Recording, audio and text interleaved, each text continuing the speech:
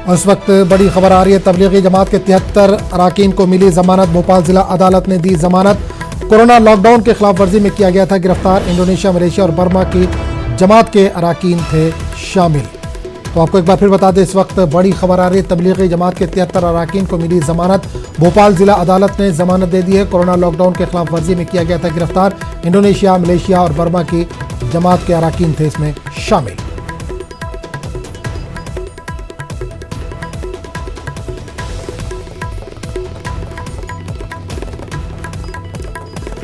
भोपाल से इस वक्त बड़ी खबर आ रही है, तबलीगी जमात के 73 अराकीन को जमानत मिल गई है। भोपाल जिला अदालत ने जमानत दे दी है। कोरोना लॉकडाउन के खिलाफ वर्जी में किया गया था गिरफ्तार। इंडोनेशिया, मलेशिया और बर्मा की जमात के अराकीन थे इसमें शामिल।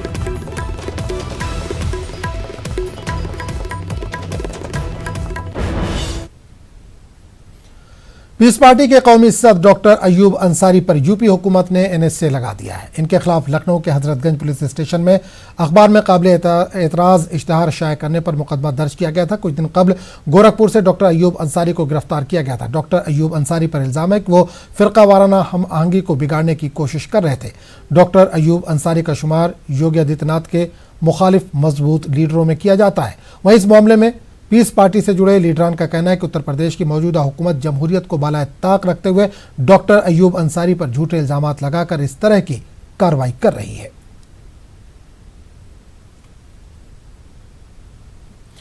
मुंबई में लोकल ट्रेनों की खिदमत आम शहरियों के लिए 30 सितंबर तक मुअत्तल रहेंगी। आज रेलवे बोर्ड ने लोकल ट्रेनों, मेल एक्सप्रेस ट्रेनों पर आम मुसाफिरों पर सफर करने को लेकर पाबंदी में 30 सितंबर तक तौसीह कर दी है। 12 अगस्त को ये मियाद खत्म हो रही थी। इसमें रेलवे ने तौसीह करके आम मुसाफिरों के लिए लोकल ट्रेनों की सर्विस और खिदमत पर पाबंदी आयद कर दी है। इसके साथ ही आम मेल एक्सप्रेस भी नहीं शुरू होगी। इमरजेंसी सर्विस के लिए जारी ट्रेन सर्विस मामूलात के मुताबिक जारी रहेगी। लोकल ट्रेनों में मरकजी सरकार के मुलाजमीन, पुलिस फोर्स, अस्पताल अमला और दीगर ज़रूरी खिदमत से वाबस्ता अफराद को सफ़र करने की इजाज़त है। ट्रेनों में सहाफ़ी, वकील और दीगर शोबेजात से वाबस्ता बरादरी को भी सफ़र करने की इजाज़त नहीं, क्योंकि रियासती सरकार ने सहाफ़ियों को इमरजेंसी सर्विसेज में शामिल नहीं किया है।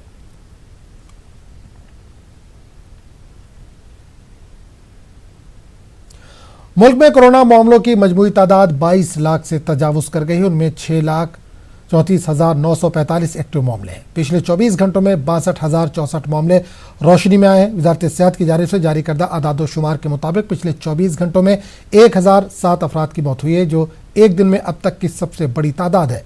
मुल्क में अब तक 44,386 अफराद कोरोना का शिकार हो चुके हैं। कोरोना के मामलों में इजाफे के साथ साथ कोरोना से सेहतयाब होने की शरह में भी इजाफा हो रहा है। मुल्क में अब तक 15 लाख से ज्यादा अफराद कोरोना को मात दे चुके हैं।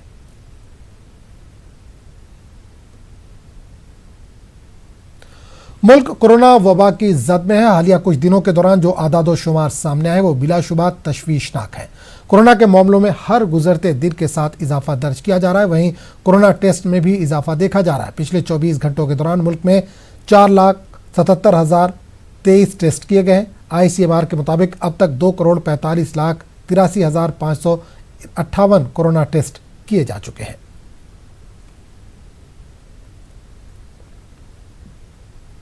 साबिक सदर जमहूरिया प्रणब मुखर्जी कोरोना पॉजिटिव पाए गए। प्रणब मुखर्जी ने ट्वीट करके इस बारे में जानकारी दी। उन्होंने लिखा कि वो रूटीन चेकअप के लिए अस्पताल गए थे, जहां जांच के दौरान कोरोना पॉजिटिव पाए गए, जिसके बाद इन्हें दिल्ली में वाक़ आर्मी अस्पताल में दाखिल कराया गया है। साबिक सदर जमहूरिया ने उन तमाम अफराद से तन्हाई इख्तियार करने और कोरोना जाँच कराने की अपील की है जो पिछले हफ्ते उनके राब्ते में आ चुके हैं।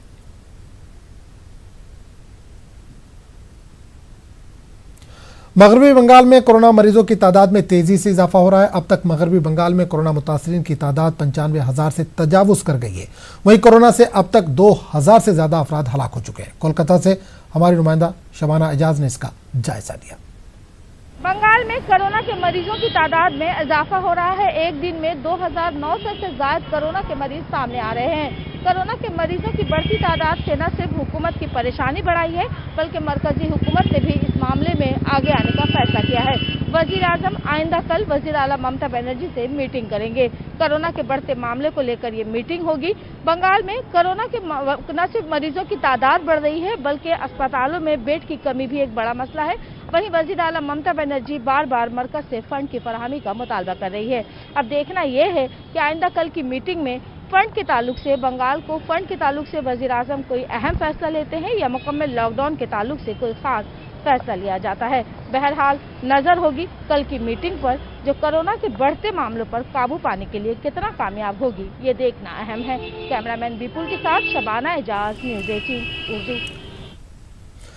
कोरोना वबा के कहर ने आम जिंदगी, कारोबार और रोजगार के साथ तालीमी निज़ाम को भी बुरी तरह से मुतासिर किया। खास तौर पर इन हालात में मदरसा तालीमी निज़ाम तो दरहम बरहम होकर रह गया।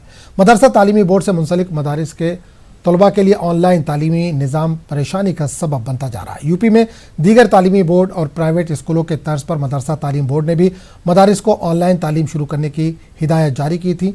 मदरसा मुंतज़मीन ने सोशल मीडिया ग्रुप के जरिए इसकी शुरुआत तो कर दी थी, लेकिन मदारिस के लिए ऑनलाइन तालीमी सिस्टम नाकाम साबित हो रहा है। वजह गरीब मदरसा तालिब इल्मों और मदारिस अरबिया में जदीद तकनीक के इस्तेमाल की सहूलियत दस्तयाब ना होना है।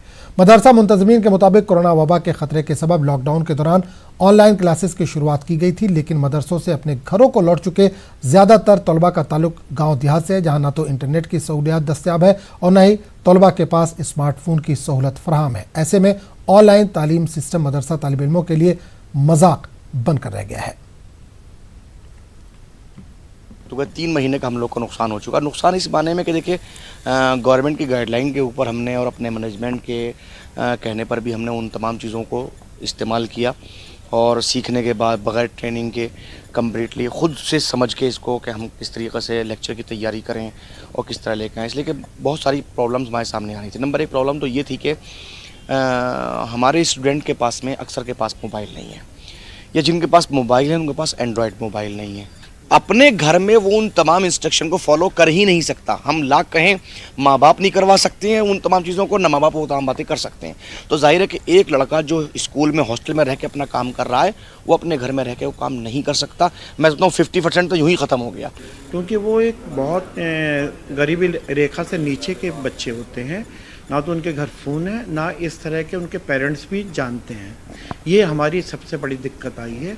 और जो उनको हम धर्म की, अनुशासन की और इंसानियत की जो शिक्षा देते हैं, जो किताबों की शिक्षा से अलग होती, बच्चे ना होने की वजह से वो भी बहुत प्रभावित हो रही है। ये ऑर्डर आया था कि जो है आप ऑनलाइन जो है एजुकेशन चालू कर दें। हम लोगों ने चालू भी किया है, ग्रुप वगैरह बच्चों के बनाए हैं, मगर उसमें जो है बहुत कम बच्चे जिनके पास स्मार्टफोन है वो उसमें जो है ग्रुप में शामिल हो सकें। और बाद बच्चों ने कह दिया है कि हमारे पास कोई ऐसी व्यवस्था है नहीं, तो हम ग्रुप में शामिल नहीं हो पा रहे हैं। और न हमारे आसपास कुछ ऐसे हैं कि वो हमें 5 घंटे के लिए अपना मोबाइल स्मार्टफोन दे दें कि हम उनसे जो है उस पर क्लास ले लें।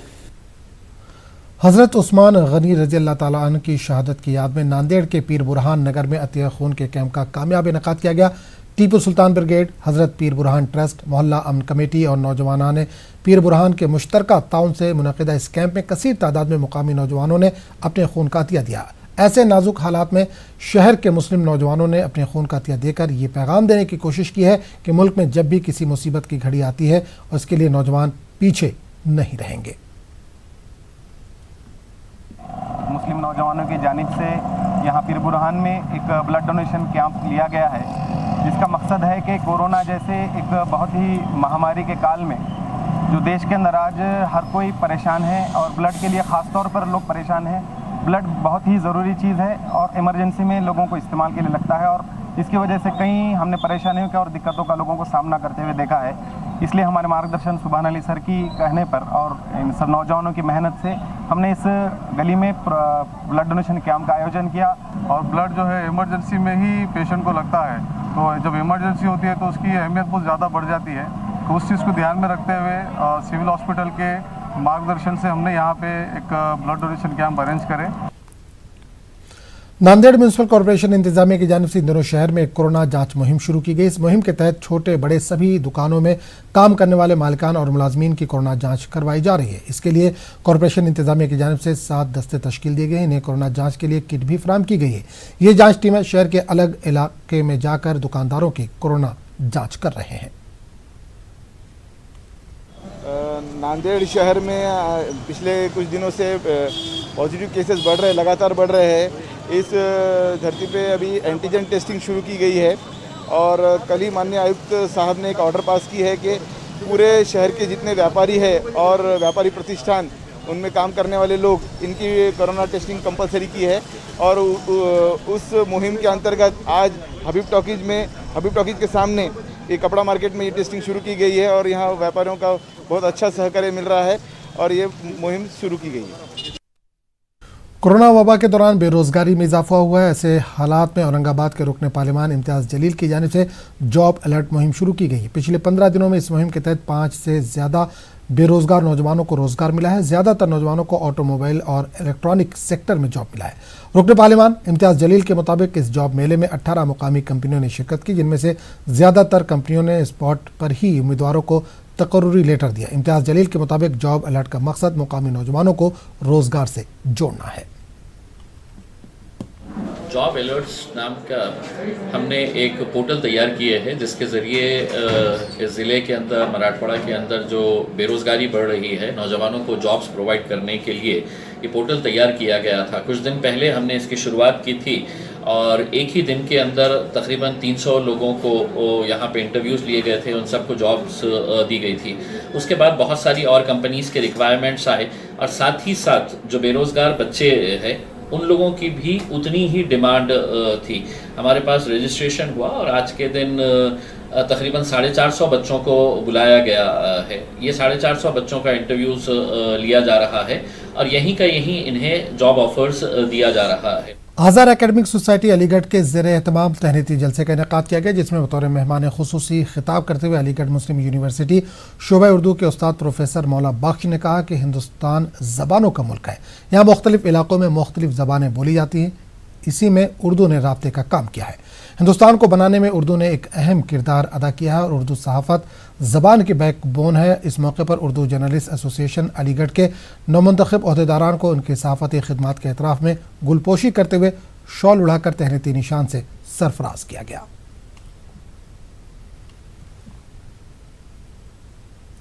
कोरोना पर काबू पाने के लिए म्यूनिसिपल कॉरपोरेशन ने टेस्ट मुहिम शुरू की है। इस मुहिम के लिए 20 से ज़्यादा टीमें पूरे शहर में सर्वे करेंगी।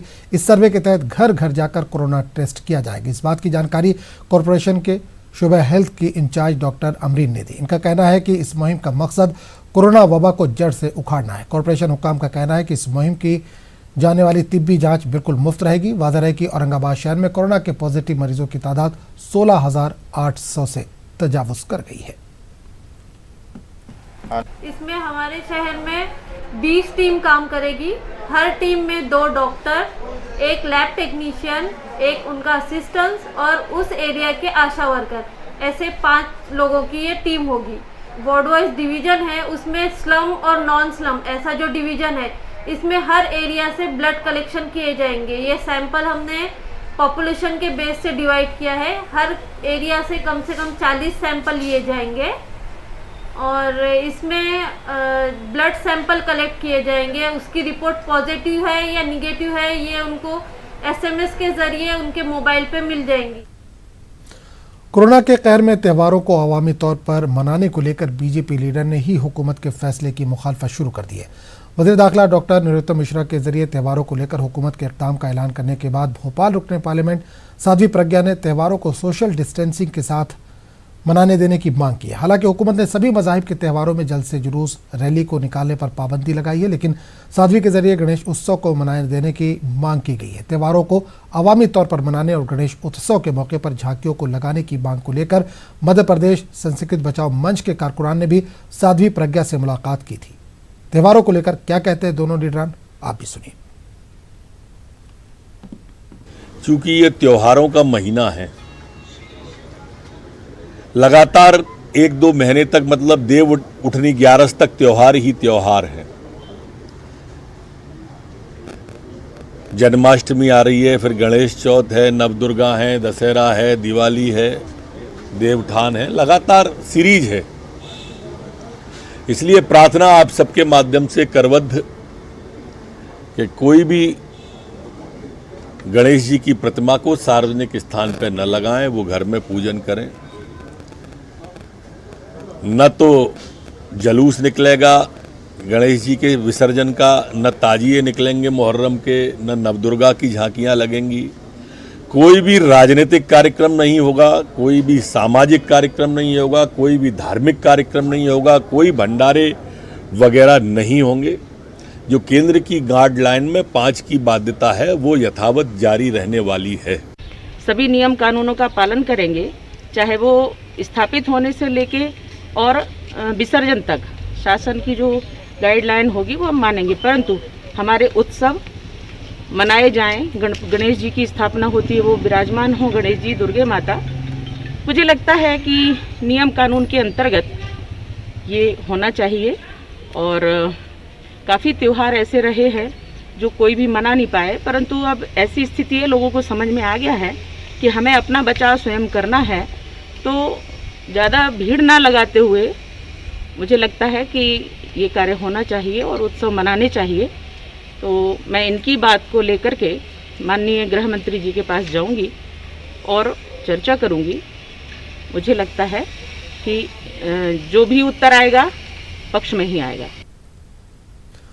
कोरोना के बाद लॉकडाउन का असर जहां तमाम शुबे हयात पर पड़ा है, वहीं मदारिस इस्लामिया भी इससे दो चार है। मदारिस के मौशी निज़ाम की सूरत हाल बेहतर नहीं है। ये बात सब पर वाज़ेह है कि मदारिस इस्लामिया सिर्फ उम्मत मुस्लिमा के ताउन से चलते हैं। लॉकडाउन की मार से मुसलमानों का खुशहाल तबका भी मुतासिर हुआ है, जिसका मदारिस के मौशी निज़ाम पर भी असर पड़ा है।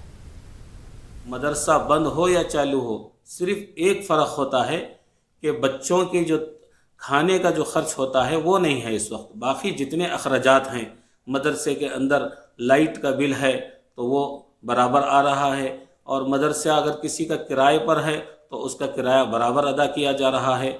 असातिज़ा जो मदरसे के अंदर पढ़ा रहे हैं उनकी तनख्वाहों का मसला है, तो वो भी अल्हम्दुलिल्लाह हर मदरसे के जो है ज़िम्मेदार अपने तमाम असातिज़ा को पूरी तनख्वाह दे रहे हैं।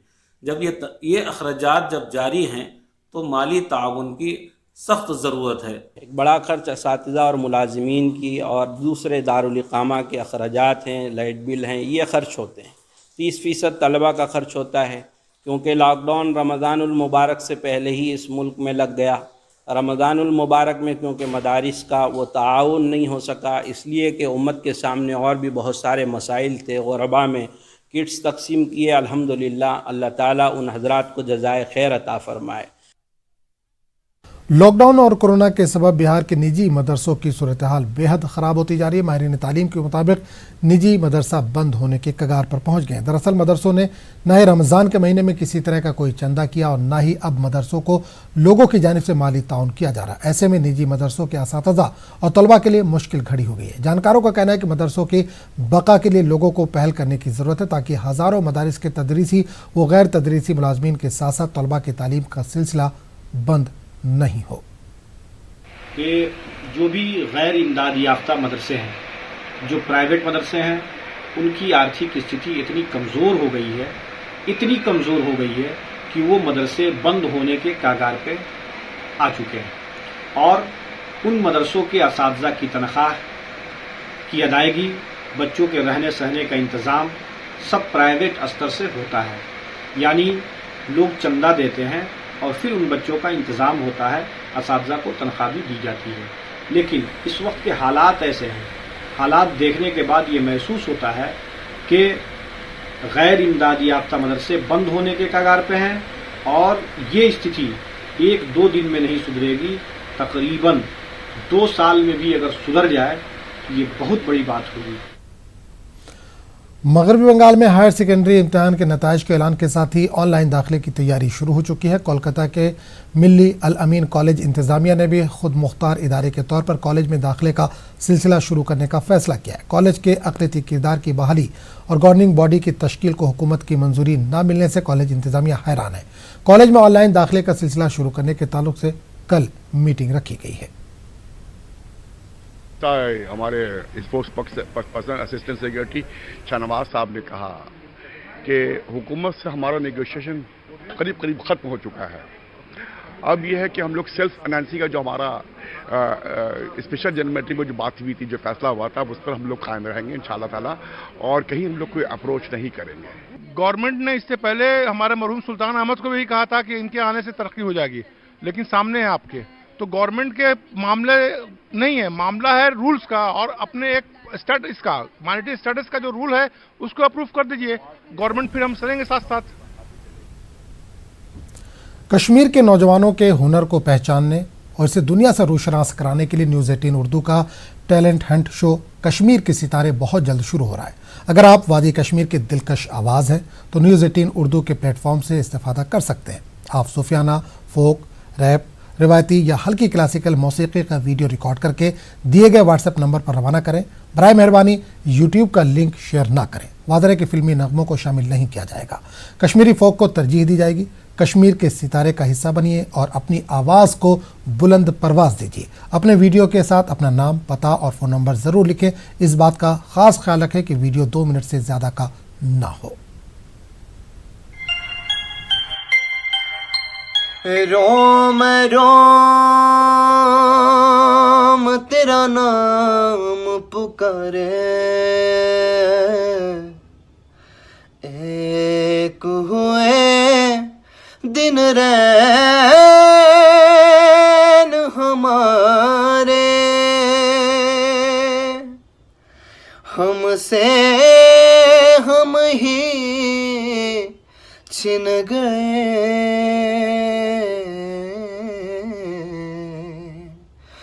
जब से देखें नैन तिहारे।